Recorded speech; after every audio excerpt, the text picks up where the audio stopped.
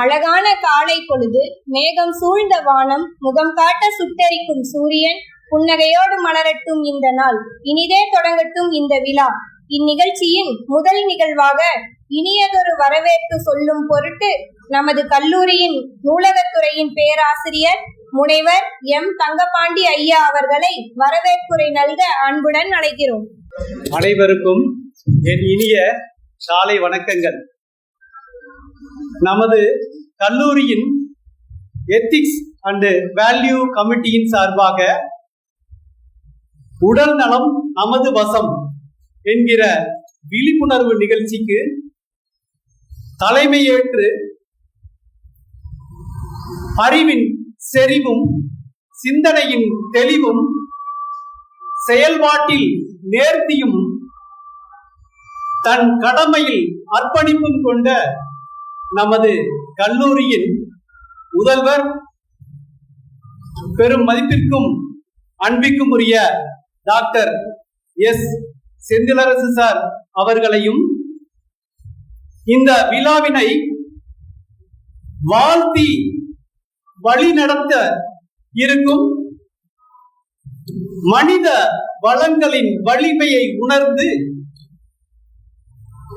துல்லியமாக பொறுப்புகளை பகிர்ந்து நிர்வாகத்தில் நேர்மையும் முடிவுகளில் தெளிவும் கொண்ட நமது கல்லூரியின் இயக்குனர் பெருமதிப்பிற்குரிய டாக்டர் KR முத்துசாமி சார் அவர்களையும் இன்றைய நிகழ்ச்சியின் சிறப்பு விருந்தினராக நம்மிடையே இணைந்துள்ள அக்குபஞ்சர் சிகிச்சை துறையில் சுமார் 20 ஆண்டுகளுக்கு மேலாக அனுபவத்துடன் நடைமுறை அறிவையும் மனிதநேய பண்பையும் இணைத்து பலரது உடல்நல பிரச்சனைகளுக்கு மருந்தில்லா சிகிச்சை அளித்து வரும் மதிப்பிற்குரிய எஸ் பேரின்பராசன் ஐயா அவர்களையும் இந்த விழா சிறப்பாக நடைபெறுவதற்கு பேருதவியாக இருந்த முதலாம் ஆண்டு துறை தலைவர், ஆசிரியர் பெருமக்கள், மாணவ மாணவியர்கள் மற்றும் இந்த நிகழ்ச்சியில் பங்கு கொள்ளும் அனைத்து நல் உள்ளங்களையும் எத்திக்ஸ் அண்ட் வேல்யூ கமிட்டியின் சார்பாக வரவேற்பதில் பெருமகிழ்ச்சி கொள்கிறேன். இன்றைய நடைமுறையில் பரபரப்பான நமது வாழ்க்கை முறையில் நாம் நமது உடலுக்கு செலுத்த வேண்டிய முக்கியத்துவத்தை மறந்து விடுகிறோம். அதை மாற்ற மருந்துகள் இல்லாத இயற்கை முறையான சிகிச்சை முறைகளை பற்றி தெரிந்து கொள்வது மிகவும் அவசியமான ஒன்றாகும். அந்த வகையிலே அக்குபஞ்சர் சிகிச்சையானது பல்லாயிரம் வருடங்களுக்கு முன்பாக கிழக்காசிய நாடுகளின் மருந்துகளின் மரபில் ஒன்றாக பல நாடுகளில் இன்றும் நடைமுறையில் பயன்படுத்தப்பட்டு வரும் ஒரு சிகிச்சையாகும். இது நமது உடலின் சக்தி ஓட்டத்தை சீர்படுத்துவதன் மூலமாக நமது உடலை சீரமைக்கும் என்ற சிகிச்சை முறையில் நமது இன்றைய சிறப்பு விருந்தினர் அதன் பயன்களையும் நடைமுறை அணுகுமுறையையும் நம்மிடையே பகிர்ந்து கொள்ள இருக்கிறார்கள். கண்டிப்பாக இந்த நிகழ்விற்கு பிறகு நமது உடலை பற்றிய நம் சிந்தனையில் ஒரு தெளிவும் நமது நடைமுறையில் பெரிய மாற்றத்தையும் கொண்டு வரும் என்று உறுதியாக கூறிக்கொண்டு மறுபடியும் உங்கள் அனைவரையும் இந்த நிகழ்விற்கு எத்திக்ஸ் அண்ட் வேல்யூ கமிட்டியின் சார்பாக வரவேற்பதில் பெருமகிழ்ச்சி கொள்கிறேன். நன்றி, வணக்கம். தன் நலம் மறந்து தன் உள்ளம் துறந்து தாக்கங்கள் தெரிந்து தன்மைகள் அறிந்து தன்னிடம் உள்ளவர்களை தட்டிக் கொள்ளும் உன்னதமாம் தலைமை பண்பு. இத்தகைய தலைமை பண்புடைய நமது கல்லூரியின் முதல்வர் முனைவர் எஸ் செந்திலரசு ஐயா அவர்களை தலைமையுரையாற்ற அன்புடன் அழைக்கிறோம். மதிப்பிற்குரிய இன்றைய நிகழ்ச்சியினுடைய சிறப்பு விருந்தினர், முதலாம் ஆண்டு துறை தலைவர், ஆசிரியர், ஆய்வக அலுவலக நண்பர்களே மற்றும் முதலாம் ஆண்டு மாணவர்களே, அனைவருக்கும் எனது இனிய காலை வணக்கத்தை தெரிவித்துக் கொள்கிறேன். நமது கல்லூரியில பல்வேறு நிகழ்வுகள் நடந்து கொண்டிருக்கிறது. இந்த ப்ரோக்ராம் குறிப்பா எடுத்துட்டீங்கன்னாக்கா அக்யூபஞ்சர்ன்றது டாக்டர் தங்கபாண்டி அவர்களுடைய முயற்சியால், எத்திக்ஸ் அண்ட் வேல்யூ கமிட்டியினுடைய கோஆர்டினேட்டர் தங்கபாண்டி அண்ட் நிஷாந்தியுடைய அவர்களுடைய முயற்சியால் ஏற்பாடு செய்யப்பட்ட ஒரு நிகழ்வாகும். அதற்காக டாக்டர் தங்கபாண்டி அவர்களை இந்த நிகழ்ச்சியை இங்கு அறிமுகப்படுத்தியதற்காகவும் அதற்காக ஒரு சிறப்பு விருந்தினரை அழைத்து வந்ததற்காகவும் கல்லூரியின் சார்பாக என்னுடைய பாராட்டுக்களை தெரிவித்துக் கொள்கிறேன்.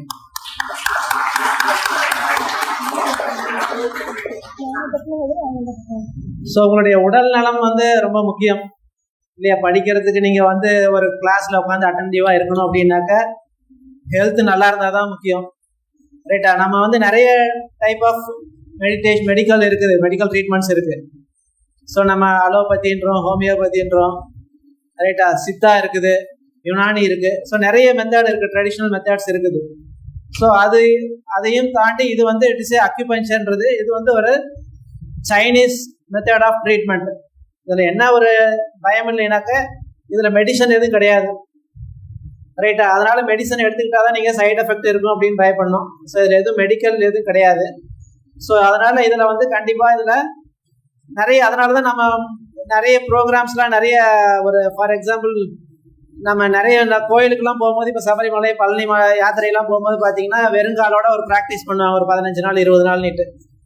அதுவுமே இடிசே ஒரு அக்யூபஞ்சருடைய ஒரு இதுதான். காலில் பார்த்தீங்கன்னாக்கா இந்த கல்லெல்லாம் குத்தும்போது உங்களுக்கு ஒரு energy balance, sir Thangapandi sir சொன்னா இல்லைங்களா, ஒரு எனர்ஜி சீரோட்ட உடல் முழுக்க ஏற்படும் போது எந்த வியாதியும் நமக்கு வராது அப்படின்றது. அதனால தான் நமக்கு இந்த சபரிமலை, பழனி யாத்திரையெல்லாம் போகும்போது வெறுங்காலோட நடக்க சொல்றாங்க, விரதம் இருக்கிறோன்னு சொல்லி வெறுங்காலோட நடக்க சொல்றது. ஒரு காலில் அந்த கல்லெல்லாம் படும்போது it is a type of acupuncture தான், ரைட்டா? அதனால நிறைய நம்ம உடம்புல அக்யூ பாயிண்ட்ஸ் இருக்கு. அந்த பாயிண்ட்ஸ்ல அந்த நீடில் மூலியமா அந்த ட்ரீட்மெண்ட் கொடுக்கும்போது எந்த நார்மலா இது பாத்தீங்கன்னா பேக் பெயின், இந்த கழுத்து வலி, மூட்டு வலிலாம் இருக்கு இல்லையா, அதுக்கு இந்த ட்ரீட்மெண்ட் நிறைய எஃபெக்டிவா இருக்குன்னு சொல்றாங்க. இதை பத்தி ஒரு விழிப்புணர்வு உங்களுக்கு கொடுப்பதற்காகவும் உங்களுடைய உடல் ஆரோக்கியத்தில் ரொம்ப கவனம் கொண்டும் இந்த ப்ரோக்ராம் ஏற்பாடு செய்யப்பட்டிருக்கிறது. அதனால கண்டிப்பா யாராவது ஒரு சிலருக்காவது இந்த ப்ரோக்ராம் பெனிஃபிட் ஆகும். இது உங்களுக்கு, நீங்களும் இதை பயனடைங்க, உங்களுக்கு தெரிஞ்சவங்களுக்கும் இதன் மூலியமா இதை கம்யூனிகேட் பண்ணீங்கன்னா அவங்களும் பயன்பெறுவாங்க. அதனால அதிக நேரம் எடுத்துக்கொள்ள விரும்பவில்லை. இந்த ப்ரோக்ராமை நல்லா கவனமா உட்கொண்டு, தட் இஸ் ஏற்றுக்கொண்டு அதை ஃபாலோ பண்ண முடிஞ்சளவு அதை ஃபாலோ பண்ணீங்கன்னா உங்க ஹெல்த்துக்கு நல்லா இருக்கும், ரைட்டா? இதுல இது டெஸ்ட் ஒன்றும் கிடையாது, சப்ஜெக்ட் கிடையாது, ரைட்டா? உங்களுடைய ஹெல்த்தை பொறுத்துக்கான இதுக்கான ஒரு ஆரோக்கியமா இருக்கணுன்றதுக்கான ஒரு ப்ரோக்ராம் இது. அதை நல்லபடியா யூஸ் பண்ணிக்கணும். Right? Wish you all the best. Thank you. வாழ்த்துரை என்பது சொற்களின் தொகுப்பு அல்ல, அது ஊக்கத்தின் ஊற்று. அந்த ஊற்றாக நம்மிடையே வருகை தந்துள்ள நமது கல்லூரியின் இயக்குனர் முனைவர் KR முத்துசாமி ஐயா அவர்களை அன்புடன் அழைக்கிறோம். நமது இன்றைய இந்த நிகழ்ச்சியின் சிறப்பு விருந்தினர் டாக்டர் பேரன்பராஜன் அவர்களே, கல்லூரி முதல்வர் டாக்டர் செந்திலரசு அவர்களே, இந்த எத்திக்ஸ் கமிட்டியோட ஹெட்டு டாக்டர் தங்கபாண்டி அவர்களே, திருமதி நிஷாந்தி அவர்களே, மற்றும் முதலாம் ஆண்டு துறை தலைவர் மற்றும் ஆசிரியைகளே, மாணவர் மாணவிகளே, அனைவருக்கும் காலை வணக்கம். இந்த நிகழ்ச்சியோட நோக்கம் நம்ம உடல் நலம் எப்படி மெயின்டைன் பண்ணணும் அப்படிங்கிறது, அப்புறம் எப்படி மருந்து இல்லாத ஒரு மருத்துவ முறை அது நமக்கு எப்படி பயனுள்ளதாக இருக்கும் அப்படிங்கிற வகையில் ஏற்பாடு பண்ணியிருக்காங்க. இதில் நமக்கு இப்போ கால ஓட்டத்தில் நமக்கு ஒரு நாளைக்கு 3 வேளை சாப்பிடணுங்கிறது கூட மறந்துடுது இல்லையா? நிறைய பேர் 1 வேளை சாப்பிட்றான், 2 வேளை சாப்பிட்றான். காலையில் பிரேக்ஃபாஸ்ட், அதுக்கு பேரே பிரேக்ஃபாஸ்ட்டு. ஆனால் ஃபாஸ்ட்டாக நம்ம பிரேக் பண்ணுறதே இல்லை, டைரெக்டாக லஞ்சுக்கு போயிடுறோம். சரியா? கிட்டத்தட்ட ஒரு 15-16 மணி நேரத்துக்கு அப்புறம் தான் நம்ம காலையில் உணவை எடுத்துக்கிறோம். நைட்டு சாப்பிட்டது அப்புறம் அடுத்த நாள் மத்தியானம் தான். இப்படி நிறைய பேர் இருக்கிறத பார்க்குறோம். ஒவ்வொரு கிளாஸ்லையும் எடுத்தீங்கன்னா பெரும்பாலான மாணவர்கள் இப்படி தான் இருக்காங்க. அப்புறம் இங்கே காலேஜில் சீரியஸாக ஒரு ஒர்க்கை கொடுத்தா, ப்ராக்டிக்கல் கிளாஸ் கொடுத்தா திடீர்னு மயக்கம் போடலாம். அதுலேயும் கேர்ள்ஸ் ஸ்டூடெண்ட்ஸு சொல்லவே வேண்டாம், அடிக்கடி ஏதோ ஒன்று மயக்கம் போடும். ஸோ இது மாதிரி நிறைய பார்க்கணும். இது நம்ம உணவு முறையில் நம்ம சரியான காலகாலமாக எப்படி பெரியவங்க ஃபாலோ பண்ணாங்களோ அதே மாதிரி நம்மளும் இருக்கணும். நம்ம காலையில் லேட்டாக எழுந்திரிக்கிறது, சாப்பிடாம இருக்கிறது, இதெல்லாம் அனாவசியமான ஒரு விஷயம். இது இப்போ இளம் வயதுல பெருசா பாதிக்காது. உங்களுக்கே ஏஜ் 40-50 தாண்டும் போது இது ஒரு பெரிய உபாதையை கொடுக்கறதுக்கான வாய்ப்புகள். அதே மாதிரி மருத்துவ முறைகள் பற்றி முதல்வர் குறிப்பிட்டாங்க. அந்த அக்குபஞ்சர், நான் ஒரு எக்ஸாம்பிள் சொல்றேன். என்னோட மனைவிக்கு பேக் பெயின் ப்ராப்ளம், ஒரு பக்கம் கால் வலி ரொம்ப அதிகமாக இருந்தது. நாங்கள் நிறைய ட்ரீட்மெண்ட் எல்லாம் எடுத்தோம். நிறைய ஆர்த்தோ டாக்டரு, ஏராளமான மெடிசின், பெயின் கில்லர் கொடுத்து ரொம்ப கஷ்டப்பட்டது தான் மிச்சம். மாத்திரையை விட்டு அடுத்த 10 நாளில் திரும்ப வலிக்குது. இப்படி தான் போயிட்டு இருந்தது. அப்புறம் கோபிச்செட்டிப்பாளையத்தில் ஒரு அக்குபஞ்சர் டாக்டரை பார்த்தோம். அவர்கிட்ட ஒரு கோர்ஸ் ட்ரீட்மெண்ட்டை எடுத்துக்கிட்டு அதுக்கப்புறம் மாதம் ஒரு முறை இந்த மாதிரி வர சொன்னாங்க. அது மாதிரி போய் ட்ரீட்மெண்ட் எடுத்துக்கிட்டதில் ரொம்ப ரிலீஃபாக ஃபீல் பண்ணுறாங்க. ஏன்னா இந்த மருந்துகளை சாப்பிட்றதுனால ஏதாவது ஒரு எஃபெக்ட், ஏதாவது ஒரு சைடு எஃபெக்ட் வரும். இது என்னன்னே சொல்ல முடியுது. ஏதோ ஒரு உள்ளே இருக்கிற இன்டர்னல் ஆர்கான் எதையோ ஒன்று பாதிக்கும். ஸோ இப்போ அதையெல்லாம் தவிர்க்கணும்னா இது மாதிரி மருத்துவங்கள் நிறைய இருக்குது. இதை நம்ம உடனே எஃபெக்ட் கிடைக்கணும்னு எதிர்பார்க்க முடியாது. பட் டியூ கோர்ஸ் தொடர்ந்து எடுக்கிற போது இதனோட பலனை நம்ம உணர முடியும். இதோட சந்தேகம் இல்லை. இது மாதிரி பல உங்களுக்கு இந்த பிராணிக் ஹீலிங் பற்றி கூட ஒரு முறை சொல்லி கொடுத்தோம். இப்போ நிறைய விஷயங்கள் இருக்குது. அதனால் அதையும் நீங்கள் தெரிஞ்சுக்கணும். இதெல்லாம் உங்களுக்கு சொல்லி கொடுக்கறதுனோட நோக்கம், கல்லூரி ஏன் இதெல்லாம் செய்யுது, வேற கல்லூரியெல்லாம் இதெல்லாம் செய்யறது இல்லை, நம்ம கல்லூரி ஏன் இதெல்லாம் செய்யுது அப்படின்னா, உங்களுக்கு பாடத்தை மட்டும் சொல்லி கொடுத்து டீச்சிங் கோச்சிங்னு மிரட்டி படிக்க வச்சு ரிசல்ட் 100% வந்துட்டுன்னா ஹாப்பின்னு போகிற மேனேஜ்மெண்ட் நம்மளோடது இல்லை. நம்ம கண்டிப்பாக மாணவர்களை நல்ல பண்புள்ளவனாகவும் நல்ல ஆரோக்கியமானவனாகவும் இதே நேரத்தில் ரொம்ப ஒழுக்கத்தில் சிறந்தவனாகவும் படிப்பில் சிறந்தவனாகவும், இப்படி படிப்பை விட நமக்கு இந்த ஒழுக்கம் ஆரோக்கியம் இதெல்லாம் முக்கியம் அப்படிங்கிற ஒரு கான்செப்டில் தான் நம்ம கல்லூரி என்றைக்குமே செயல்படும். நிறையா நம்ம கல்லூரியோட நிறுவனர் அருட்செல்வர் ஐயா அவர்கள் பெரிய காந்தியவாதி ஆன்மீகவர். அவங்க இது மாதிரி நிகழ்ச்சிகள்லாம் நிறையா செய்யணும், மாணவர்களுக்கு நிறைய விஷயங்களை கற்றுக் கொடுக்கணும். அது மூலமாக மாணவர்கள் ஒரு நல்ல பண்புள்ள மாணவர்களாக வரணும் அப்படிங்கிறது தான் எங்களுக்கு அவங்க சொல்லிக் கொடுத்தோம். அதை தான் நாங்கள் உங்களுக்கு பல நிகழ்ச்சிகள் மூலமாக சொல்லி கொடுத்துருக்கோம். இதை சரியாக பயன்படுத்திக்கணும், அதுதான் அதில் தான் இருக்குது இதனோட வெற்றி. சரியா? அதனால் இந்த நிகழ்ச்சி ரொம்ப அருமையாக இருக்கும். கேட்டு பயனடைய வேண்டுமாய் எல்லார் சார்பிலும் உங்களை வாழ்த்தி வாய்ப்புக்கு நன்றி கூறி விடைபெறுகிறோம். இந்நிகழ்வின் சிறப்பு விருந்தினர் அக்குபஞ்சர் சிகிச்சையாளர் எஸ். பேரின்பராஜன் அவர்களை கௌரவிக்க நமது கல்லூரியின் இயக்குனர் மற்றும் முதல்வர் அவர்களை அன்புடன் அழைக்கிறோம்.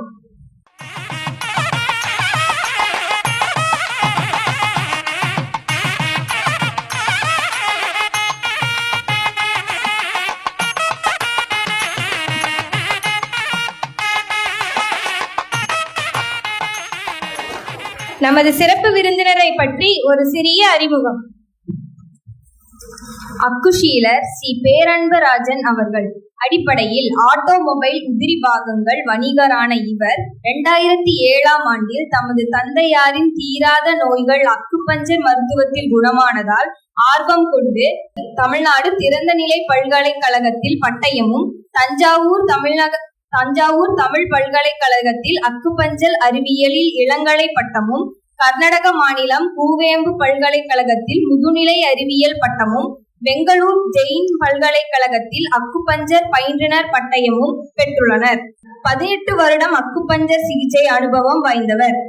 ஈரோடு அக்குபஞ்சர் ஹீலர்கள் கூட்டமைப்பில் செயலாளராக பணியாற்றியர். தற்போது அக்குபஞ்சர் ஹீலர்கள் கூட்டத்தில் தலைமை குழுவில் கம்பன் அகாடமி மாஸ்டராக பணியாற்றி வருகிறார்.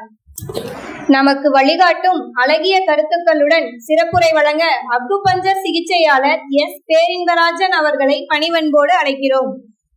அனைவருக்கும் வணக்கம். கடைசி வரைக்கும் கேக்குதா? இந்த காலை நேரத்துல இந்த வாரம் முழுவதுமே உங்களுக்கு கல்வி சாராத பல்வேறு பயிற்சிகள் அளிக்கப்படுவதாக நான் இங்க வந்தோன்னு தெரிஞ்சுக்கிட்டேன். அதுல ஒரு பகுதியா இன்னைக்கு நாம உடல் நலம் பற்றி பேசுறதுக்கான வாய்ப்பு எனக்கு கிடைச்சிருக்கு. இந்த வாய்ப்பை வழங்கிய இந்த கல்லூரியின் இயக்குனர் மற்றும் முதல்வர், இந்த முதலாம் ஆண்டு மாணவர்களுடைய பொறுப்பாளர் அனைவருக்கும் என்னுடைய நன்றியை முதல்ல தெரிவிச்சுட்டு நேரடியாக நாம நிகழ்ச்சிக்கு வந்துடலாம். என்னை பற்றிய அறிமுகம் செய்யும் பொழுது எல்லாருமே அக்குபங்சர் மருத்துவர், அக்குபங்சர்ல சிகிச்சை செய்திருக்கிறார், அக்குபங்சரை பத்தி பேச வந்திருக்கார் அப்படின்னு சொன்னாங்க இல்லையா? நீங்க நேரடியாக உயர்நிலை பள்ளியில ஒரு 10ஆம் வகுப்பு படிச்சுட்டு இப்ப ஒரு தொழில்நுட்ப கல்லூரி, தொழில்நுட்பம் பற்றி படிப்பதற்காக ஒரு தொழில்நுட்ப கல்லூரியில இணைந்திருக்கிறீங்க. உங்ககிட்ட நான் இந்த 1 மணி நேரத்துல இந்த அக்குபங்சர் மருத்துவத்தை பற்றி பேசுவது அப்படியே கடந்து போற மாதிரி ஆயிரும். அதற்கு பதிலாக நான் இங்க என்ன செய்ய போறேன்னா, அக்குபங்சர் மருத்துவத்தை பத்தி பேசவே போறதில்ல. அதற்கு பதிலா உங்களுடைய உடல் நலத்தை பற்றி மட்டும்தான் பேச போறேன். சார், எனக்கு ஒரு 15-16 வயசு தான் இருக்கும். எங்கிட்ட உடல் நலத்தை பத்தி பேசுறதுக்கு என்ன சார் இருக்கு? இந்த இப்ப விடுங்க, அது வரைக்கும் போயிட்டு வந்துடுறேன். ஒரு ஃபாஸ்டா, ஒரு வேகமா, பந்து மாதிரி இருக்கேன் சார். நான் துடிப்போட இருக்கேன். எங்கிட்ட நீங்க உடல் நலத்தை பத்தி என்ன பேச போறீங்க? உடல் நலத்தை பத்தி நாங்க என்ன தெரிஞ்சுக்க வேண்டியிருக்கு? நாங்க ஃப்ரெஷ்ஷா இருக்கோம், எனர்ஜெட்டிக்கா இருக்கோம். நீங்கெல்லாம் வயசாகி போயிடுச்சு, நீங்க இப்ப என்ன எங்ககிட்ட சொல்ல போறீங்க அப்படின்ற ஒரு கேள்வி மனதுக்குள்ள எழணும். எழுந்தாதான் மாணவன். கேள்விகள் தொடர்ந்து எழுந்துகிட்டே இருக்கணும். இந்த கல்லூரிக்கு உள்ள வந்த உடனே உங்க கல்லூரியினுடைய அந்த மோட்டோவை பார்த்தேன். Cultivate, motivate and educate. கல்டிவேட்னா ஏன் எஜுகேட்? நம்ம இங்க படிக்க தானே வந்திருக்கோம். ஏன் எஜுகேட்டை கடைசியா வச்சிருக்கிறாங்க?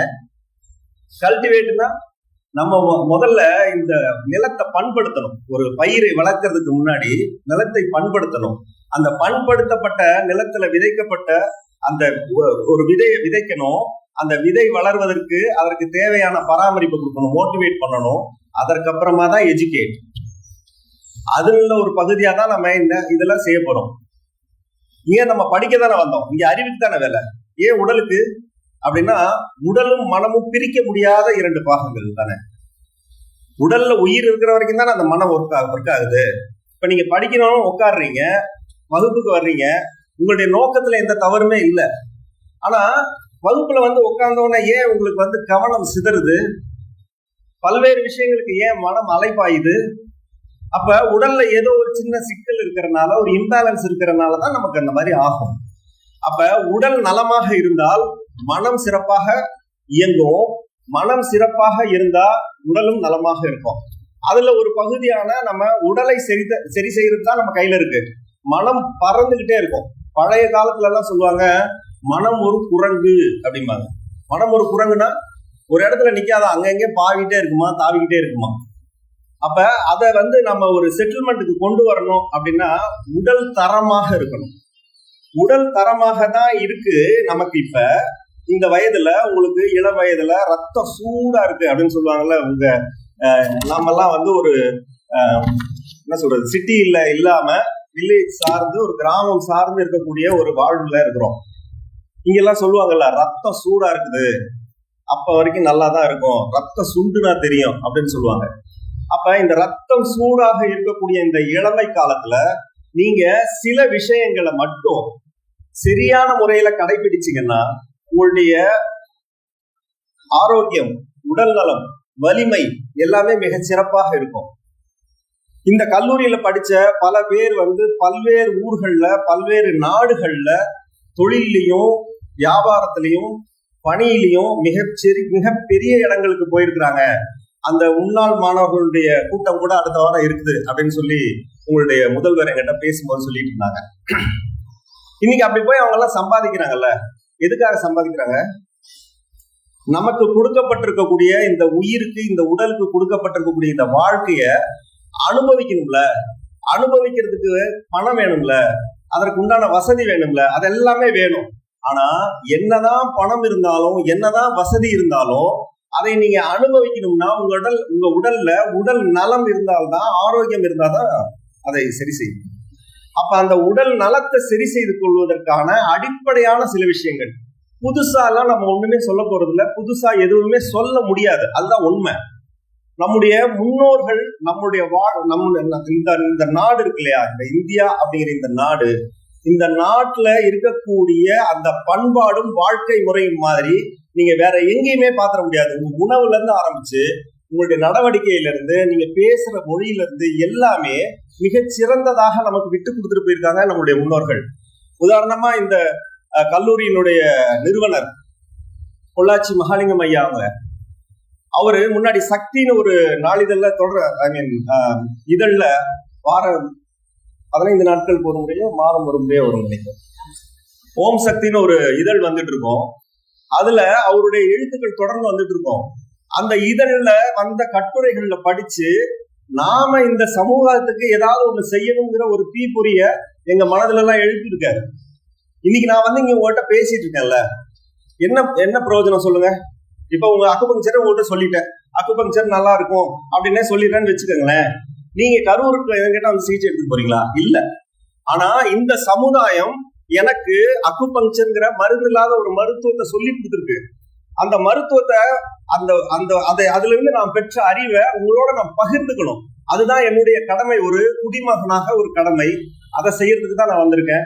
அந்த கடமையை நான் செய்யணும் அப்படிங்கிறது தூண்டுகோலா இருந்தவங்க உங்களுடைய இந்த கல்லூரியினுடைய நிறுவனர். அதை போல நம்முடைய முன்னோர்கள் பல விஷயங்கள் சொல்லி கொடுத்துட்டு போயிருக்காங்க. அதை மட்டும் நம்ம ஃபாலோ பண்ணா போதுமானது. ஆனா நமக்கு நாகரிகம்ங்கிற பேர்ல இந்த ஆங்கிலேயர்கள் நமக்கு விட்டு கொடுத்துட்டு போன விஷயங்களும் சரி, இன்னைக்கு நம்மை சுற்றி நடக்கக்கூடிய மிகப்பெரிய அரசியலும் சரி, அதை நம்ம கிட்ட இருந்து அந்த ஆரோக்கியத்தை, உடல் நலத்தை, நம்மளுடைய வாழ்க்கை முறைய பிச்சு எடுத்துட்டு போயிட்டே இருக்கு. நாம அதை பற்றி தெரியாம மாடர்ன் சொல்லிட்டு நாகரிகம்ங்கிற பேர்ல நம்மளுடைய உடல் நலத்தை கெடுத்துக்கிட்டு இருக்கோம். உதாரணமா இப்ப நீங்க காலையில எந்திரிக்கீங்கல்ல, காலைல எந்திரிச்ச உடனே என்ன செய்வீங்க? ஏர்லி மார்னிங் ஒரு 7:30க்கு எந்திரிச்சிருவீங்கல்ல, அப்படித்தானே? ஏர்லி மார்னிங் 7:30 தானே? அப்படியா? ஆமான்னு சொல்ற. அப்படி ஏர்லி மார்னிங் 7:30 இல்ல, ஏர்லி மார்னிங்கிறது 4 o'clock. ஆனா நீங்க 8:30 மணிக்கெல்லாம், இங்க 8:15 காலேஜுக்கு வந்துருவீங்களா? எப்படியா இருந்தாலும் ஒரு 7 மணிக்காவது எந்திரிச்சிருவீங்கன்னு நம்புறேன். எந்திரிச்சு என்ன பண்ணுவீங்க? பல்லு விளக்குவீங்களா? முதல்ல எதுல விளக்குறீங்க? பிரஷா, பேஸ்டா? நம்முடைய கிராமத்துல நாம அந்த காலத்துல வெறும் வேப்ப குச்சியும் கரித்தூளும் பயன்படுத்திட்டு இருந்தாங்க நம்முடைய முன்னோர்கள். ஆனா இன்னைக்கு ஒரு 70% இருந்து 80% வரைக்கும் பேஸ்டுக்கும் பிரஷுக்கும் மாறிட்டோம். ஆனா அந்த பேஸ்ட் நமக்கு எவ்வளவு சிரமங்களை கொடுக்கும் அப்படிங்கறது நமக்கு தெரிஞ்சதுன்னா நாளை காலையில இருந்து நீங்க அந்த பேஸ்ட்டை பயன்படுத்த மாட்டீங்க. நிக்கோட்டின் அப்படிங்கிறது எதுலப்பா இருக்கும்? எதுலமா? டுபாக்கோல இருக்கும், புகையில இருக்கு. அந்த புகையிலை பொருட்களை பயன்படுத்தினா நிக்கோட்டின் நம்ம உடல்ல சாரும். அந்த நிக்கோட்டின் நமக்கு கேன்சரை கூட கொடுக்கும் அப்படிங்கிறது உங்களுக்கு எல்லாம் தெரியும் தானே? படிச்ச பசங்க நீங்க எல்லாம், உங்களுக்கு அதெல்லாம் தெரியும் தானே? அந்த புகையிலையை பயன்படுத்தாமே உங்களுக்கு நிக்கோட்டின் வேணும்னா நீங்க டெய்லி பேஸ்ட் யூஸ் பண்ணலாம். ஆச்சரியமா இருக்குல்ல, அதிர்ச்சியா இருக்கு. ஆனா நீங்க எல்லாமே படிச்ச பசங்க, உங்களை வந்து நம்ம ஏமாத்திட்டு போயிட முடியாது. நீங்க இந்த வகுப்புல இருந்து இல்ல இந்த நிகழ்வுல இருந்து நான் போன உடனே இல்ல இன்னைக்கு மாலை கூட பொறுமையா போய் கூகுள்ல தேடி பாருங்க, நிக்கோட்டின் இன் டூத் பேஸ்ட் அப்படின்னு போடுங்க. ஒவ்வொரு டூத் பேஸ்ட்லயும் உங்களுக்கு நிக்கோட்டினுடைய அளவு எவ்வளவுன்னு இருக்கு. அது எதுக்காக சேர்த்துறாங்க அப்படின்னா, நம்மளுடைய என்ன சொல்றது, நீங்க இன்னைக்கு பயன்படுத்துறீங்கல்ல ஒரு பேஸ்ட், அந்த பேஸ்ட்டை நீங்க தொடர்ந்து பயன்படுத்தணும், அதனுடைய அளவு அதிகமாகணும் அப்படிங்கிறதுக்காக அது ஒரு வியாபார தந்திரம் அவங்களுக்கு. ஆனா கெடுதல் நடக்கிறது யாருக்கு? நமக்கு. நல்லா யோசிச்சு பாருங்க, உங்களுடைய தாத்தாவோ இல்ல அவருடைய அப்பாவோ இன்று இருக்கக்கூடிய பல் பிரச்சனைகள் அவங்களுக்கு எல்லாம் இருந்துச்சா? ஒவ்வொரு கிராமத்திலையும் வயதான முதியவர்கள் எத்தனையோ பேர் இருக்காங்க இன்றைக்கு வரைக்கும், அவங்களுக்கு எல்லாம் பல்லு நல்லா இருக்குல்ல. ஆனா இன்னைக்கு நம்ம ஸ்கூல்ல படிக்கும் போதும் சரி இப்பவும் சரி எத்தனை பேர் பல் டாக்டர்கிட்ட போய் பல்ல பிடிங்கினவங்க இருக்கீங்க? எத்தனை பேர் சொத்தை பல்லோட சுத்திட்டு இருக்கீங்க? இருக்கீங்க தானே? பிரச்சனை இருக்குல்ல. எப்படி வந்துச்சு அந்த பிரச்சனை? நாம நினைத்து கூட பார்க்க முடியாத ரசாயனங்கள் அந்த பேஸ்ட்ல இருக்கு. நம்ம வீட்டுல நம்ம டாய்லெட் கிளீன் பண்றதுக்காக ஒரு ஆசிட் யூஸ் பண்ணுவோம்ல, அந்த ஆசிட நம்மளுடைய பல்லை வெண்மையாக்குவதற்காக அந்த பேஸ்ட்ல கலக்குறாங்க. இது ரெண்டையுமே என்ன ஆசிட் நான் உங்களுக்கு சொல்லித்தர வேண்டிய அவசியமே இல்லை. நீங்க அந்த கூகுள்ல சர்ச் பண்ணி பாருங்க, அந்த பொருள் இதுலயும் இருக்கு அதுலயும் இருக்கு. அப்ப நம்ம வாய் என்ன? அப்ப இந்த அரசியலுக்கு இடையில நாம சிக்கி தவிச்சுட்டு இருக்கிறோம். பேஸ்ல மட்டும்தான் அது இருக்கா? நீங்க பயன்படுத்துறீங்க இல்லையா சோப்பு வந்து நான் அப்படியே நுரை வருது இல்ல, அப்படியே நறுமணம் கமழுது இல்ல, அதை போட்டுதானே நம்ம குளிச்சுட்டு வர்றோம். உங்க அம்மா பாத்திரம் விளக்குறாங்கல்ல வீட்டுல, டிஷ் வாஷ் பார் வச்சு தானே விளக்குறாங்க. அதை ஏதோ அவசரத்துல சரியா கழுவாம அப்படி வெயில்ல கமுத்தி வச்சுட்டு போனாங்கன்னா ஒரு 10 நிமிஷம் கழிச்சோன்னு காஞ்சிடும். அது மேல எப்படி இருக்கும்? சரியா கழுவல, சோப் போட்டு விளக்கி சரியா கழுவாம அதை வச்சுட்டு போயிட்டாங்க. காஞ்சவங்க என்ன ஆயிருக்கும்? பூத்து போயிருக்கும் இல்லையா, வெள்ளையா பூத்து போயிருக்கும்ல. இதேதான் உங்க உடம்புலயும் நடக்குது. நீங்க வேக வேகமா சோப் போடுறீங்களே, அதே வேகத்துல கழுவுறீங்களா? அதே அளவுல தேய்ச்சி கழுவுறீங்களா? உங்க உடல் முழுக்க உங்க உடல்லே தோலால போற்றப்பட்டிருக்குது. உங்க உடல்லேயே மிகப்பெரிய உறுப்பு எது அப்படின்னு கேட்டீங்கன்னா தோல் தான். அந்த தோல் வழியாக நமக்கு இந்த பிரபஞ்சத்துல இருந்து ஆற்றல் கிடைக்குது. வியர்வை வெளியேறது மட்டும் அதனுடைய விஷயம் இல்ல, தோல் வழியாக நமக்கு இந்த பிரபஞ்சத்துல இருந்து ஆற்றலை உள்வாங்குது. இந்த உடல் பல விஷயங்கள்ல இருந்து நம்ம கிட்ட ஆற்றலை உள் சேர்க்குது. தண்ணீர் மூலமாக நமக்கு ஆற்றல் கிடைக்குது, காற்று மூலமாக, மூச்சு காற்று மூலமாக கிடைக்குது, உணவு மூலமாக கிடைக்குது. அதே போலதான் இந்த சுற்றுப்புறத்துல இருக்கக்கூடிய இந்த பிரபஞ்ச ஆற்றல் இருந்து நமக்கு உள்வாங்கிக்குது. அப்படியா? உள்வாங்குதா? நிஜமாவா அப்படின்னு நமக்கு ஒரு சந்தேகம் வரும்ல. யோசிச்சு பாருங்க, தீக்காயம் பட்ட ஒருத்தர், 3rd degree burn அப்படின்னு சொல்லுவாங்க, 3ஆம் நிலை தீப்புண் அப்படின்னா தோல் பூராவுமே தீயினால நெருப்புனால பாதிக்கப்பட்ட ஒருத்தரை யாருனாலையும் காப்பாற்ற முடியாது. ஏன்னு சொல்லுங்க? அவங்களுடைய தோல் முழுமையாக போயிடுச்சு, அது உள்வாங்கக்கூடிய தன்மையை இழந்துருச்சுன்னு அர்த்தம். ஆற்றலை உள்வாங்கக்கூடிய தன்மையை இழந்துருச்சு அப்படின்னு அர்த்தம். உள்ள எல்லா ஆர்கன்ஸும் நல்லா இருக்கும், ஹார்ட் நல்லா இருக்கும், லங்ஸ் நல்லா இருக்கும், கிட்னி நல்லா இருக்கும், எல்லாமே நல்லா இருக்கும். ஆனா தோல் மட்டும் தீஞ்சு போச்சுன்னா, அந்த 3rd degree burn இருந்துச்சுன்னா அவங்கள காப்பாற்றவே முடியாது. ஏன்னா இந்த பிரபஞ்ச ஆற்றல் தான் இருக்கிறதுலயே தூய்மையான ஆற்றல்.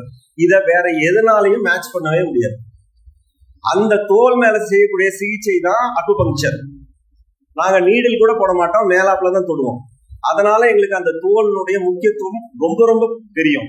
ஆனா நாம சோப் போட்டு குளிக்கிறதுனால என்ன ஆகுது அப்படின்னா, சரியாக கழுவாததுனால நீங்க அந்த தோல்ல இருக்கக்கூடிய கோடிக்கணக்கான கண்ணுக்கு தெரியாத ஓட்டைகள்ல அந்த சோப்பினுடைய மிச்சம் இருக்கும், எச்சம் அங்க அப்படியே இருக்கும். அப்படி மூட மூட வெளியில இருந்து கிடைக்க வேண்டிய ஆற்றல் சரியான முறையில கிடைக்காது. அப்ப நம்ம சோப் போட்டு குளிக்கிறது தப்பா சார்னா? ஆமா, தப்புதான். ஆனா அதை எப்பல இருந்து நம்ம செஞ்சிட்டு இருக்கோம்?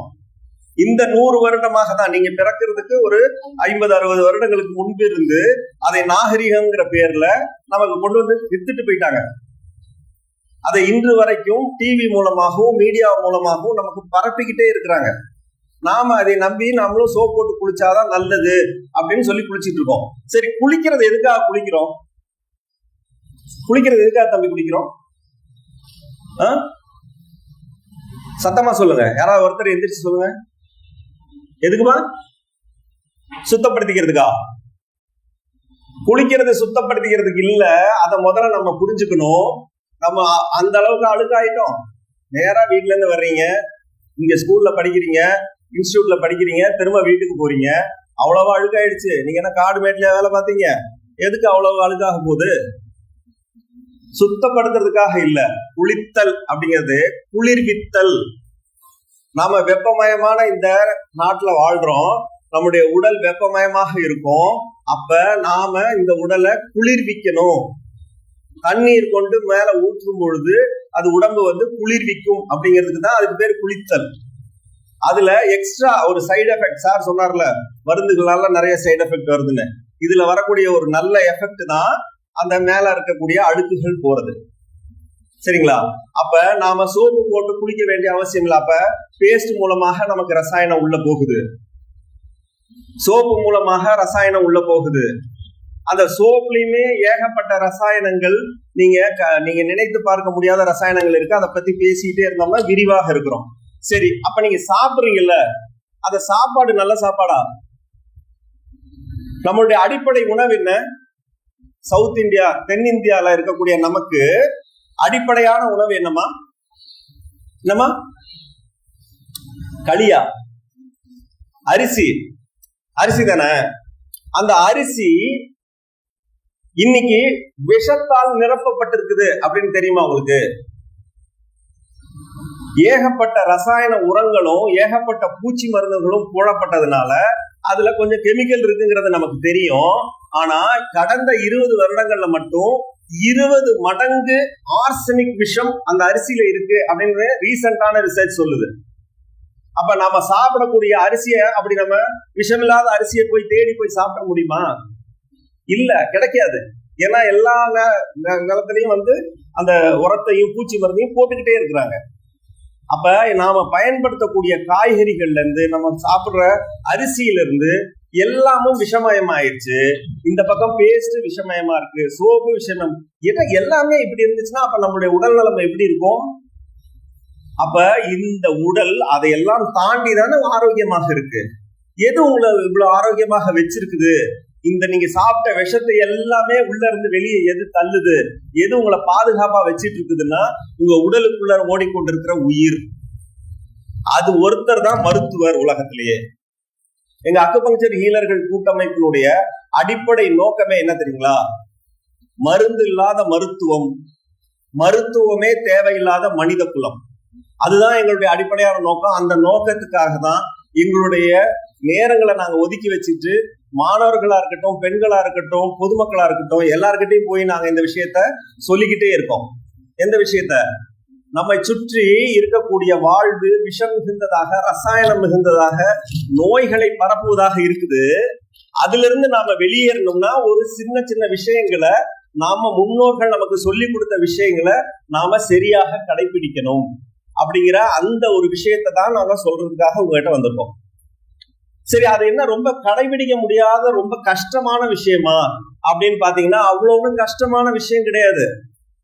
ரொம்ப எளிமையாக நம்மளுடைய தமிழ்லையும் இலக்கியத்திலையும் அழகா சொல்லிட்டு போயிருக்காங்க. பசித்து புசி அப்படின்னு சொல்லியிருக்காங்கல்ல, 2 வார்த்தை தான். இதை நீங்க உங்க பள்ளி பாடத்துல 2ஆம் வகுப்புலயோ 3ஆம் வகுப்புலயோ படிச்சிருப்பீங்க. ஆனா அந்த பசித்து புசி அப்படிங்கிற விஷயத்த இன்னைக்கு நாம ஃபாலோ பண்றோமா அப்படின்னா இல்ல. இன்னைக்கு வந்த உடனே உங்களுடைய இயக்குனர் கூட சொன்னாங்க, எவ்வளவு ஒரு தாய் அன்பு அவருக்கு இருந்தா. அவர் சொல்றாரு, அவரு எங்க பசங்கிட்ட முதல்ல சாப்பிட சொல்லுங்க சார், ஒழுங்கா சாப்பிட மாட்டேங்கிறாங்க சார். அவர் பேசும்போது கூட சொன்னாரு, நைட்டு சாப்பிட்டாங்கன்னா காலையில சாப்பிடுறது இல்ல, மத்தியானம் தான் வந்து சாப்பிடுறாங்க. அப்ப எவ்வளவு நேரம் கேப் இருக்குது? பிரேக் ஃபாஸ்ட் அப்படின்னா, ஃபாஸ்ட்னா என்ன? ஃபாஸ்டிங் அப்படின்னா விரதம் இருக்கிறது, உண்ணாவிரதம் அப்படின்னு அர்த்தம். பிரேக்ஃபாஸ்ட் அப்படின்னா அந்த விரதத்தை பிரேக் பண்றது, அந்த விரதத்தை முடிச்சுக்கிறது, அதுதான் காலை நேர உணவு.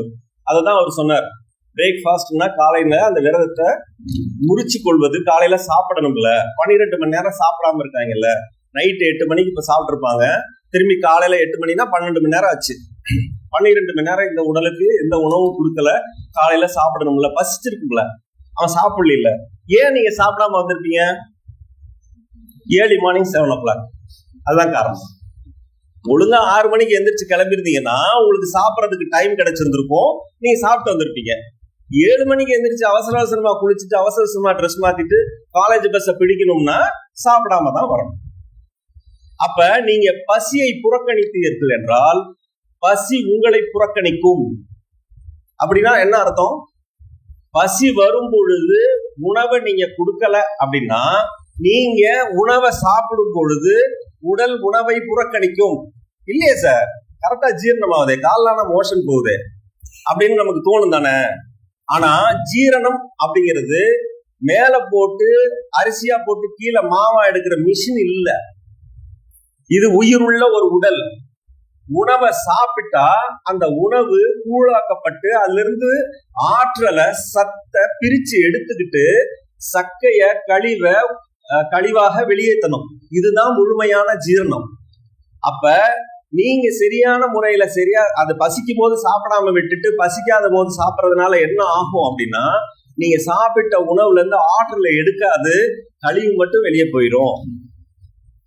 அப்ப ஆற்றல் உடம்புக்கு கிடைக்காததுனால என்ன ஆகும்னா, நீண்ட காலத்துல சார் சொன்னார்ல, நீங்க லேப்ல இருக்கும்போது மயக்கம் போட்டு விழுவுறது, சரியா கவனிக்க முடியாம போறது, உங்களுடைய அந்த கான்சென்ட்ரேஷன் மிஸ் ஆகுறது, படித்த பாடம் மறந்து போறது.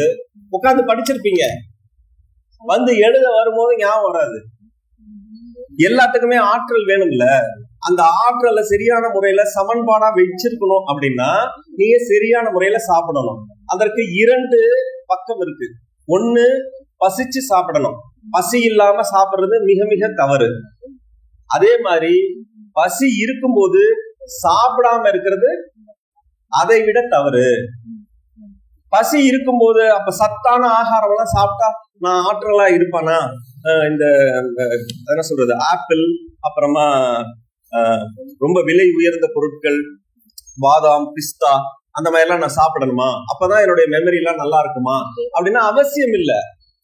இந்த உடல் இருக்குல்ல, இது மாதிரி ஒரு அற்புதமான ஒரு விஷயம் எங்கேயுமே இல்லை. ஏன்னா இதை நாம படைக்கல, இயற்கை படைச்சிருக்கு. இயற்கை படைத்த இந்த உடல் நீங்க பழைய சாதம் சாப்பிட்டாலும் ரத்தமா மாத்துது, இட்லி சாப்பிட்டாலும் ரத்தமா மாத்துது, பழம் சாப்பிட்டாலும் ரத்தமா மாத்துது, பிரியாணி சாப்பிட்டாலும் ரத்தமா மாத்துது.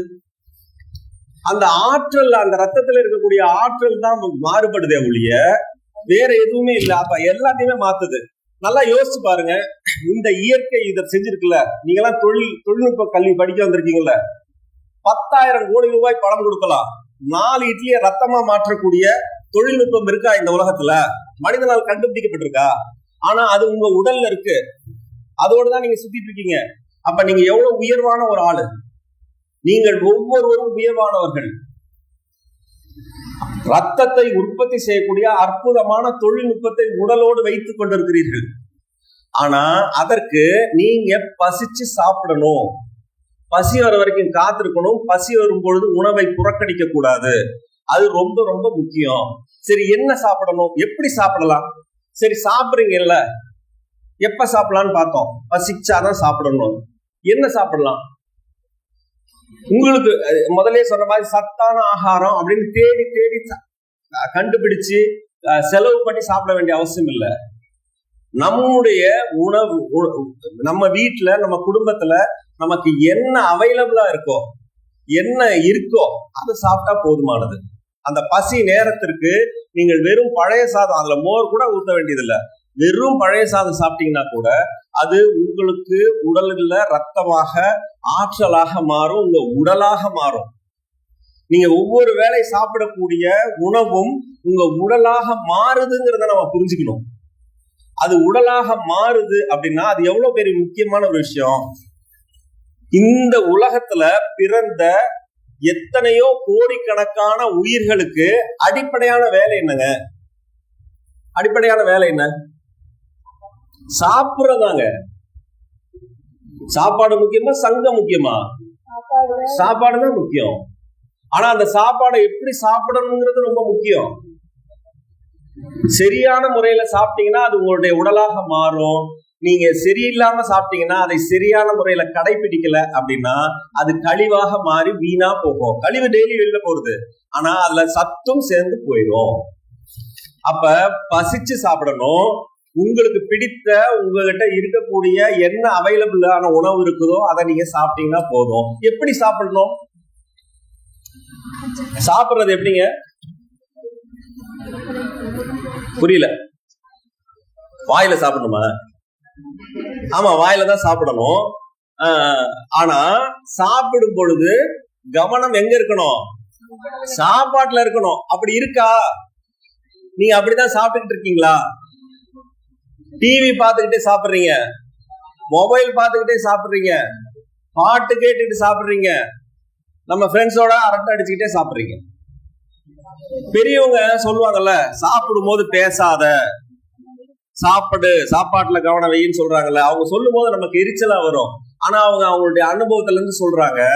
ஆனா நாம அதை உள்வாங்கிக்க மாட்டேங்கிறோம். உங்க பள்ளியில உங்களுக்கு சொல்லி கொடுத்துருப்பாங்க,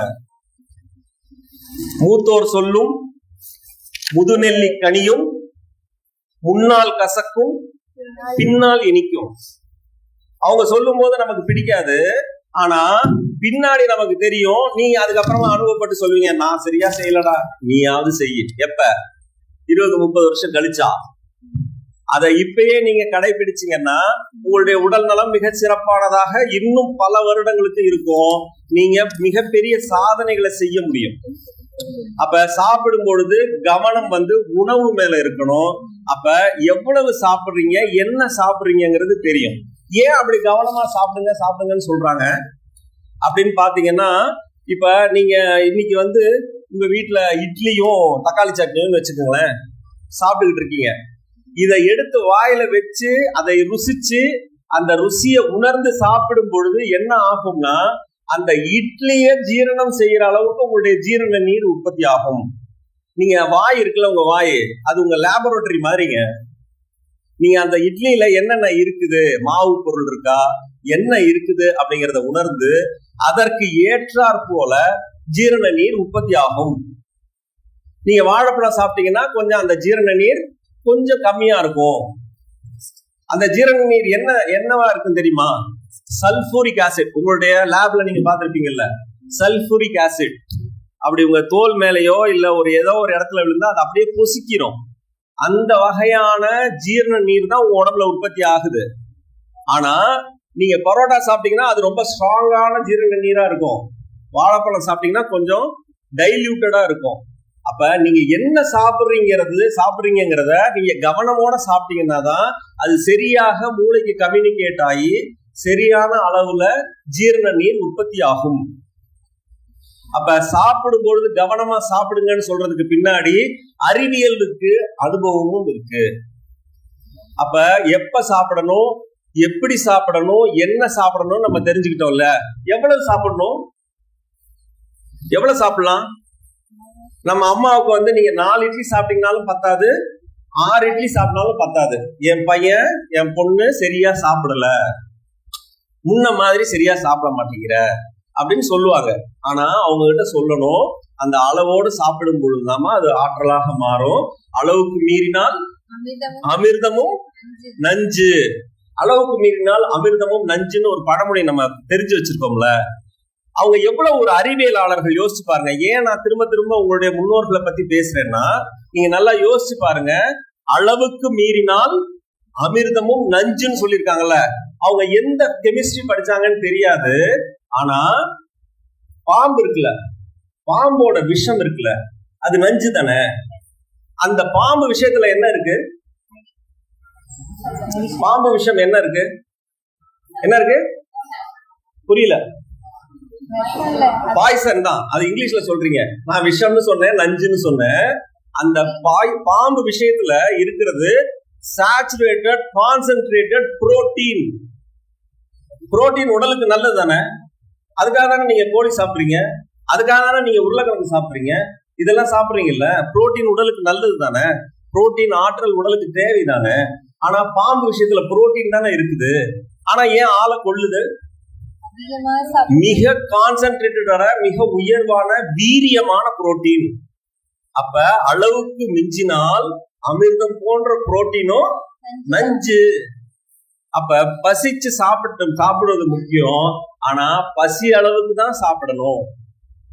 இப்ப நீங்க போய் நார்மலா நீங்க வீட்டுல உங்க அம்மா கொஞ்சி கேட்டாலும் கெஞ்சி கேட்டாலும் ஊட்டி விட்டாலும் 4 தோசைக்கு மேல சாப்பிடாத நீங்க ஒரு ஹோட்டலுக்கு போறீங்க, இல்ல ஏதோ ஒரு இடத்துக்கு போறீங்க, உங்களுக்கு ரொம்ப பிடிச்ச சுவையான உணவு இருக்கும் பொழுது அதிகமா சாப்பிடுறீங்க தானே. அதை தவிர்க்கணும். எவ்வளவு உயர்வான உணவாக இருந்தாலும், எவ்வளவு சுவையான உணவாக இருந்தாலும் நம்முடைய பசி அளவுக்கு சாப்பிட்டு பழகணும்னா அது நமக்கு ஆற்றலாக மாறும். அப்ப உணவு சாப்பிடுறது அப்படிங்கிற இந்த விஷயத்துல நாம சரியான கவனம் செலுத்தினோம்னா நம்முடைய உடல் மிகச்சிறப்பானதாக இருக்கும். அடுத்தது தூக்கம். தூக்கம் அதெல்லாம் நான் சூப்பரா இதை தம்பி கூட கொட்டாய் விடுறேன். தூக்கம் அதெல்லாம் சிறப்பா செய்யும் சார். எவ்வளவு பெரிய சத்தம் இருந்தாலும் அதுக்கு இடையில அனாயசமா தூங்குவேன் சார். நானு கேட்டு பாருங்க, என் பக்கத்துல இருக்க பையனை நான் கிளாஸ்ல எப்படி தூங்குறேன்னு தெரியும் அப்படின்னு சொல்லுவீங்க. ஆனா தூக்கத்தை எப்ப தூங்கணும்? இரவு தான் தூங்கணும். ஏன்னா இந்த மனித இனம் இருக்குல்ல, ஒரு நிமிஷம் இங்க கவனிங்க, இந்த நேரம் போயிடுச்சுன்னா திரும்பவும் வராது. உங்களுடைய இன்னொரு மோட்டோவையும் நான் பார்த்தேன், பிரசன்ஸ்ல இருக்கணும். இங்க என்ன இருக்குதோ இந்த நேரத்துல நீங்க அதை கிடைத்ததை பெறலைன்னா திரும்பவும் உங்களுக்கு வந்து சேராது, இந்த இயற்கை உங்களுக்கு கொடுக்காது. இரவு தூக்கம் அப்படிங்கிறது ரொம்ப ரொம்ப முக்கியம். தூக்கம் ஏன் இரவுல தூங்கணும் அப்படின்னா, இந்த உலகத்துல 10,000 கோடி உயிரினங்கள் இருக்கு, அதுல ஒரு உயிரினம் தான் மனிதன். இங்க இரவு விழிச்சிருக்கக்கூடிய உயிரினமும் இருக்குது, பகல்ல மட்டும்தான் விழிச்சிருக்கக்கூடிய உயிரினமும் இருக்குது. ஆனா நம்ம மனிதன் இருக்கான்ல, அவனால இரவு விழிக்க முடியாது. இரவு விழிச்சிருக்க மிருகம் ஏதாவது சொல்லுங்க பார்க்கலாம். எதுமா? வவ்வால், அப்புறம் ஆந்தை, அப்புறம் உங்க நாய். உங்க வீட்டுல ஒரு நாய் வளர்க்குறீங்களா, அந்த நாய். இந்த மாதிரி பல மிருகங்கள் இரவுல கண் விழிச்சிருக்கும். அந்த கண் விழிச்சிருக்கக்கூடிய அந்த மிருகங்களுடைய விழித்திரைய பாத்தீங்கன்னா அதற்கு 2 விழித்திரை இருக்கும். ஆனா மனிதனுக்கு ஒரே ஒரு விழித்திரை தான் இருக்கு. 2 விழித்திரை இருக்குது அப்படின்னு நீங்க சொல்றீங்களே, அதுக்கு ஏதாவது ஒரு ஆதாரம் இருக்கா அப்படின்னு கேட்டீங்கன்னா நம்ம போய் லேப்ல டெஸ்ட் பண்ண வேண்டியதில்லை. நல்ல கும் இருட்டுல ஒரு நாயினுடைய கண்ணுல வெளிச்சம் பாய்க்கப்பட்டால் அது பச்சை கலர்ல ஒளிருது இல்ல. ஏன் அப்படின்னா 2 விழித்திரைக்கும் நடுவுல அதுக்கு ஒரு திரவம் இருக்குது, அதுக்கு பேரு லூசிடம் டாபிடம். அந்த விழித்திரை 2 விழித்திரை இருக்கக்கூடிய உயிரினம் தான் இரவு கண் விழிக்கணும். நாம இரவு கண் விழிக்கக்கூடிய உயிரினம் அல்ல. சரி, இரவுனா என்ன? இரவு எத்தனை மணிக்கு துவங்குது? எத்தனை மணிக்கு? 6 மணிக்கு. சரி, அப்ப நள்ளிரவுனா? நள்ளிரவு 12 மணி. சரிங்களா? அப்ப இத 3 பகுதியா பிரிச்சிங்கன்னு வச்சுங்க. முன்னிரவு, நள்ளிரவு, பின்னிரவு அப்படின்னு பிரிச்சிங்கன்னா அந்த 12 மணி நேரத்தை 4 நாளா பிரிங்க. 6 மணில இருந்து 4 மணி நேரம் எவ்வளவு? 10 மணியா? அப்ப நள்ளிரவு 10 மணிக்கு துவங்குது. நீங்க 9:30 மணிக்கு மேல விழிச்சிருக்கக்கூடிய ஒவ்வொரு மணித்துளியும் உங்களுடைய உடலுக்கு நீங்கள் செய்யும் துரோகம். நீங்க அங்க விழிச்சிருக்க உங்களுடைய உடல் நலம் பாதிக்கப்படும். முக்கியமா பெண்கள் இரவு கண் விழிக்க கூடாது. இரவு அப்படின்னு இருக்குல்ல, அந்த இருட்டும் குளிர்ச்சியும் இருக்குல்ல, இருளும் குளிர்ச்சியும் எதற்கு இணையானதுன்னா, நீங்க உங்க தாயினுடைய வயிற்றுல இருக்கும் பொழுது அந்த கர்ப்பப்பையினுடைய தன்மை எப்படி இருக்குமோ அதனுடைய தன்மைக்கும் இரவுக்கும் மிகப்பெரிய ஒற்றுமை இருக்கு. வளர்ச்சிக்கான நேரமே இரவு தான். நீங்க அறிவியல்ல நீங்க போய் பார்க்கலாம், எல்லா உயிரினமும் வளர்ச்சி அதிகமாக இருக்கிற நேரம் இரவு நேரம் தான். அப்ப அந்த வளர்ச்சி இருக்கிற நேரத்துல நீங்க தூங்கி இருக்கணும். நம்ம உடம்புல எத்தனையோ விதமான ஹார்மோன்ஸ் இருக்கு, நாளமில்லா சுரப்பிகள் இருக்கு. நாளமில்லா சுரப்பிகள் தான் உடலுக்கு மிகப்பெரிய ஆற்றலை கொடுக்குது, நம்மளுடைய ஆரோக்கியத்தை பாதுகாக்குது. அப்ப அந்த ஹார்மோன் சுரப்புகளை சரி செய்யணும், சமநிலையில வச்சிருக்கணும் அப்படின்னா நீங்க இரவு தூங்கி இருக்கணும். இரவு தூக்கம் உங்களுடைய மனநிலைய, உங்களுடைய நினைவாற்றல் இருக்குல்ல, அந்த நினைவாற்றலை மிகச் சிறப்பான வகையில பராமரிக்கும். ஒவ்வொரு ஹார்மோனும் இன்னொரு ஹார்மோனை தூண்டும், இல்லைன்னா மற்றொரு ஹார்மோனால தூண்டப்படும். சங்கிலி விளைவாக நடக்கும். ஒரு ஹார்மோன் இன்னொரு ஹார்மோனை தூண்டும், அந்த ஹார்மோன் இன்னொரு ஹார்மோனை தூண்டும். அப்ப ஒரு ஹார்மோனை தூண்டுது, இன்னொரு ஹார்மோனை தூண்டக்கூடிய தன்மையில இருக்குது. அப்ப ஒரு ஹார்மோன் சுரக்கலைன்னா கூட நம்மளுடைய உடம்புடைய பேலன்ஸ் கெட்டு போகும். இத நாம புரிஞ்சுக்கிட்டு இரவு நேரத்துல கண் விழிக்கிறத குறைக்கணும். நீங்க படிக்கணும், நான் நைட்டு தான் சார் படிப்பேன், என் படிப்பே கெடுத்துருவீங்களான்றது, நைட்டு தூங்கணும்னு சொல்றீங்களே சார் அப்படின்னீங்கன்னா, நீங்க நல்ல படிப்பாளியாக இருந்தால் விடியற்காலை 3 மணிக்கு மேல படிங்க. 3 மணிக்கு மேல நீங்க எவ்வளவு நேரம் வேணாலும் படிங்க, கண் விழிங்க, தாராளமா படிங்க. ஆனா 8:30 மணி அப்படிங்கிறது இன்னைக்கு நடக்காத காரியம். அட்லீஸ்ட் 9:30 மணிக்காவது நீங்க தூங்க போகணும், கண்டிப்பாக தூங்க போகணும். கிட்டத்தட்ட ஒரு 50 வருடத்துக்கு முன்பு ஒருத்தர் கண்ணாடி போடணும்னா 50 வயசு ஆச்சுனாதான் கண்ணாடி போடுவாங்க. இங்க இருக்கக்கூடிய மாணவர்கள்லயே கிட்டத்தட்ட எனக்கு தெரிஞ்சதுன்னா கிட்டத்தட்ட ஒரு 10-15 பேர் கண்ணாடி போட்டிருக்கீங்க. எப்படி போச்சு அந்த கண்ணினுடைய ஆற்றல்?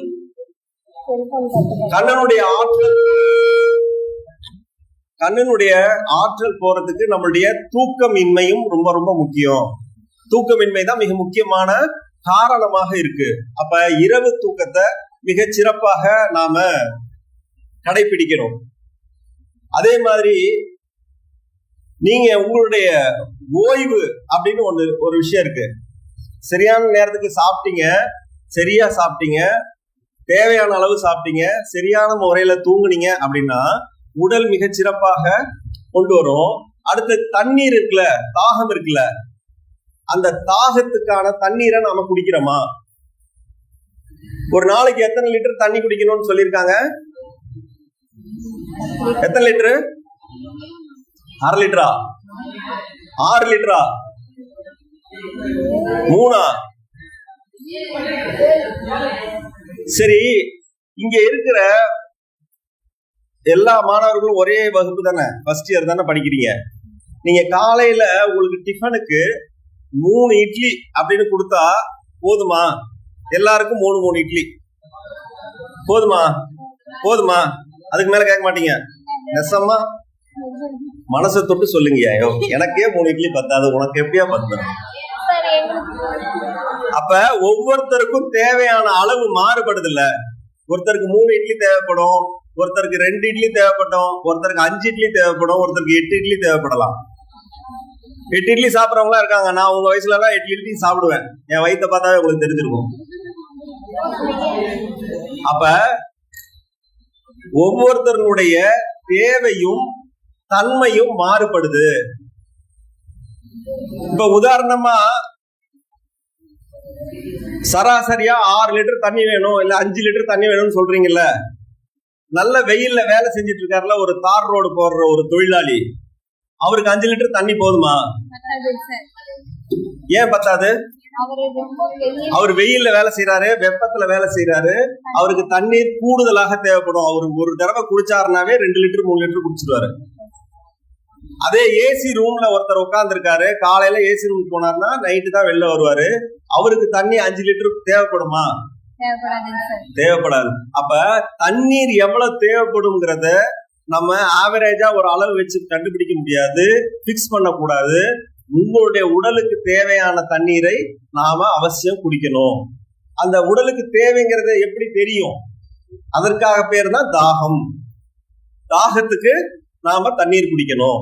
எவ்வளவு தாகம் எடுக்குதோ அவ்வளவு குடிச்சா போதும். எவ்வளவு தாகம் எடுக்குன்னு எப்படி சார் தெரியும்? தாகம் எடுத்துச்சு, ஒரு சொம்பு தண்ணி அடிச்சேன், கடகடன்னு குடிச்சிட்டேன் அப்படின்னு நம்ம சொல்லக்கூடாது. தூக்கி குடிச்சிங்கன்னா எவ்வளவு தாகம் இருக்கு, அதுக்கு எவ்வளவு தண்ணி கொடுத்தோம்னு தெரியாது. நம்மளுடைய உடல் வாட்டர் பாட்டில் இல்ல. தேவைக்கு கவ்வி குடிக்கணும். கவ்வி குடிக்க முடியாத இடங்கள்ல தூக்கி குடிக்கலாம். ஆனா ஒவ்வொரு முடக்காக தேவைக்கு குடிக்கணும். மிக முக்கியமாக டிராவல் டைம்ல, மற்ற டைம்ல தண்ணீர் குடிச்ச கிளாஸ் டைம்ல தண்ணீர் குடிச்சா பாத்ரூம் போகணும், எல்லாரும் முன்னாடி எந்திரிச்சு போயிட்டு வர்றதுக்கு வெக்கமா இருக்கு அப்படின்னு குடிக்காம விடக்கூடாது.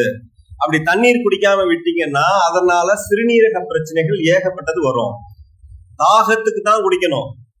அதிகமாக தண்ணீர் குடிச்சா அதுவும் சிறுநீரக பிரச்சனைக்கு கொண்டு வரும். அப்ப தேவைக்கு தண்ணீரும் உணவும் தூக்கமும் சரியான முறையில கொடுத்தீங்கன்னா இந்த உடலை நீங்க மிகச்சரியாக நீங்க பராமரிக்க முடியும். இதை தவிர உங்களுடைய மனம் இருக்கு இல்லையா, நீங்க கிளாஸ்ல உட்காடுறீங்க, கவனிக்கிறீங்க.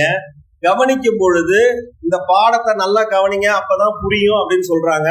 நீங்களும் கூர்மைப்படுத்தி பாக்குறீங்க, கவனிக்கிறீங்க. அடுத்த நிமிஷம் செதறுது, நம்மளுடைய கவனம் செதறுது. என்ன சொல்ல வராங்கன்னு கவனிக்க மாட்டேங்கிறோம். அப்ப நம்மளுடைய உள்வாங்கும் திறன் குறையுது இல்ல. அப்ப அதை சரி செய்யணும் அப்படின்னா ஒரு 2 நிமிடம் உங்களுடைய உடம்புல தொடர்ந்து இயங்கிட்டு இருக்குல்ல இந்த உயிர், இந்த உயிரின் வெளிப்பாடு பாத்தீங்கன்னா சுவாசம். அந்த சுவாசம் தான் உங்களை கேட்காமையே உங்க உடம்புக்குள்ளார போகுது வருது. அது உங்க கையில இருக்கா? தானாக நடக்குது. 24 மணி நேரமும் சுவாசம் உள்ள போயிட்டு வெளில வந்துட்டு இருக்கு. அப்ப வகுப்புல உட்கார்ந்து ஒரு நிமிஷம் உங்க சுவாசத்தை மட்டும் கவனிங்க. மூச்சு உள்ள போகுதா வெளியே வருதான்னு மட்டும் கவனிங்க. கவனிச்சுட்டு அதுக்கப்புறமா பாடத்தை கவனிக்க ஆரம்பிங்க. மிகச் சிறப்பாக உள்வாங்க முடியும். கவனம் செதறிச்சுன்னா உடனடியாக சுவாசத்துக்கு திரும்புங்க. அப்ப நீங்க உயிரோட ஒன்றீங்கன்னு அர்த்தம். உயிரோட ஒன்றி நீங்க பாடம் படிக்கும் போது, பாடத்தை கவனிக்கும் பொழுது அது மிகச்சிறப்பாக உங்களுக்கு மனதுல பதியும், மறக்காது. இத நாம மனசுல வச்சுக்கணும். இது எல்லாத்தையுமே நம்ம இந்த ரசாயனமா இருக்கக்கூடிய, நம்ம முதல்ல பேசின மாதிரி பேஸ்ட், இந்த சோப்பு, அப்புறம் நீங்க சாப்பிடக்கூடிய உணவுகள் இருக்குல்ல, தண்ணீர் குடிக்கும் போது இன்னைக்கு நாகரிகம்ங்கிற பேர்ல நீங்க டிவியில பார்க்கும்போது, திரைப்படங்கள்ல பார்க்கும்போது உங்களுக்கு அரசியல் புகுத்தப்படுது. பக்கத்துல ஒரு பெப்சியோ கோக்கோ வச்சுக்கிட்டு அதை குடிச்சுக்கிட்டே சாப்பிட்றதுதான் நம்ம நாகரிகம்னு நமக்கு புகட்டப்படுது. ஆனா அதை புறந்தள்ளணும். ஏன்னா அதுல முழுமையும் ரசாயனம் தான் இருக்கு. சார் தண்ணிக்கு பதிலாக நான் கோக் குடிக்கிறேன், அதுல என்ன தப்பு அப்படின்னு நமக்கு தோணும் தானே. தண்ணீருக்கு இணையான ஒரு விஷயத்த வேற எங்கேயுமே நீங்க பார்க்க முடியாது. தண்ணீருக்கு இணை தண்ணீர் மட்டும்தான். இளநீர் இருக்குல்ல, இளநீர், அது மிகச் சிறப்பான ஒரு விஷயம் தானே.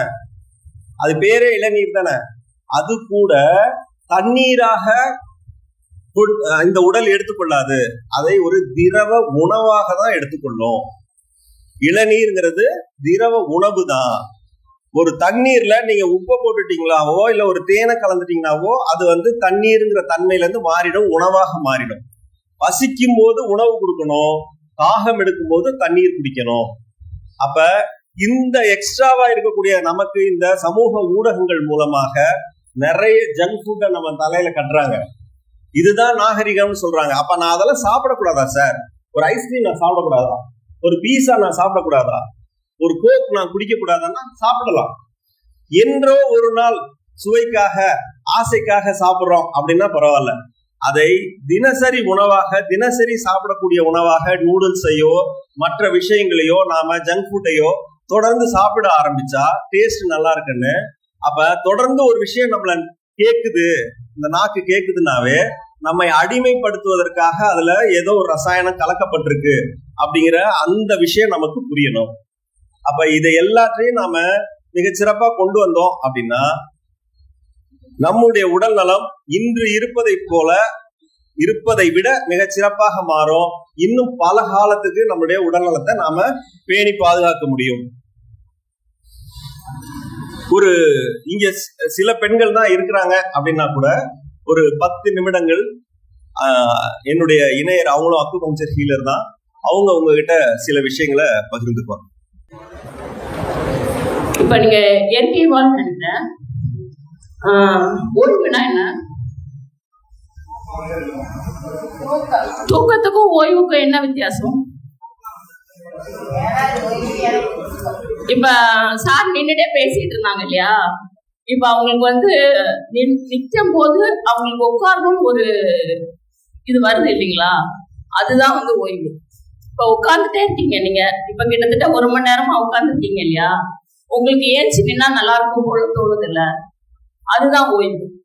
இப்ப நீங்க எந்த செயல் செஞ்சுட்டு இருக்கீங்களோ அதுல இருந்து கொஞ்சம் மாறுபாடா உங்களுக்கு ஒரு விஷயம் தேவைப்படுது. உட்கார்ந்து இருக்கிறவங்க நிக்கணும்னு தோணுது, நின்றுட்டு இருக்கிறவங்களுக்கு உட்காரணும்னு தோணுது.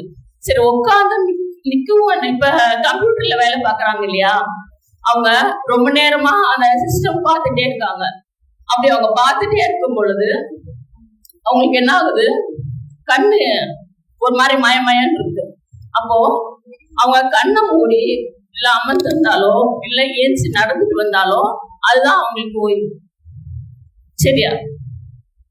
இப்ப பேசுனதுல வேற ஏதாவது சந்தேகம் ஏதாவது இருக்கா?